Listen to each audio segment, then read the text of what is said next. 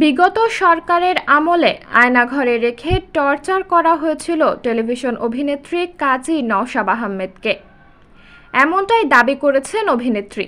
সাংবাদিক ও উপস্থাপক তানভীর তারেকের শোতে এসে সেই ঘটনা বলেছেন নওশাবা, যেটি এখন প্রচারের অপেক্ষায় রয়েছে।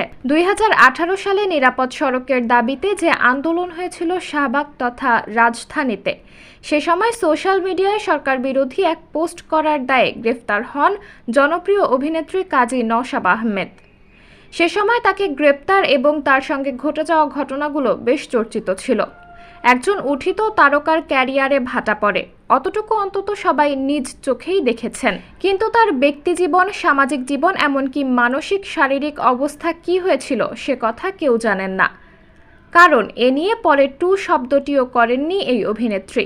যে ক্ষমতা তাকে এমন দুর্বিষহ পরিস্থিতির মধ্যে ফেলেছিল, সেই ক্ষমতারই বদল হয়েছে। তাই হয়তো নওশাবা সাহস করতে পেরেছেন না বলা কথাগুলো বলার। তানভীর তারেকের প্রচারের অপেক্ষায় থাকা সেই শোয়ের একটি ছবি পোস্ট করে তানভীর তারেক লিখেছেন, 2018-তে প্রথম রুলিং পার্টির অন্যায়ের বিরুদ্ধে প্রতিবাদকারী শিল্পী হলেন অভিনেত্রী কাজী নওশাব আহমেদ।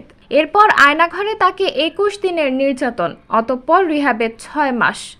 নিজের মেয়েকেই চিনতে পারত না। সেই সময় থেকে একমাত্র কন্যাকে নিয়ে গত 6 বছরে 20 বারের ওপরে বাসা বদলেছে। কেউ বাসা ভাড়া দিতে চায়নি, সংসার ভেঙেছে। নিজের বাড়িতে জায়গা হয়নি, কারণ ভাই ও আত্মীয়রা নিরাপদ মনে করেনি।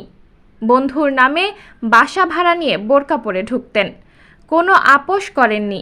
অনেক রকম অফার এসেছে, মামলা করেছেন আগেই, যা এখনও চলমান। গল্পগুলো আসছে। সাবরিনা জলিল, সবার কথা।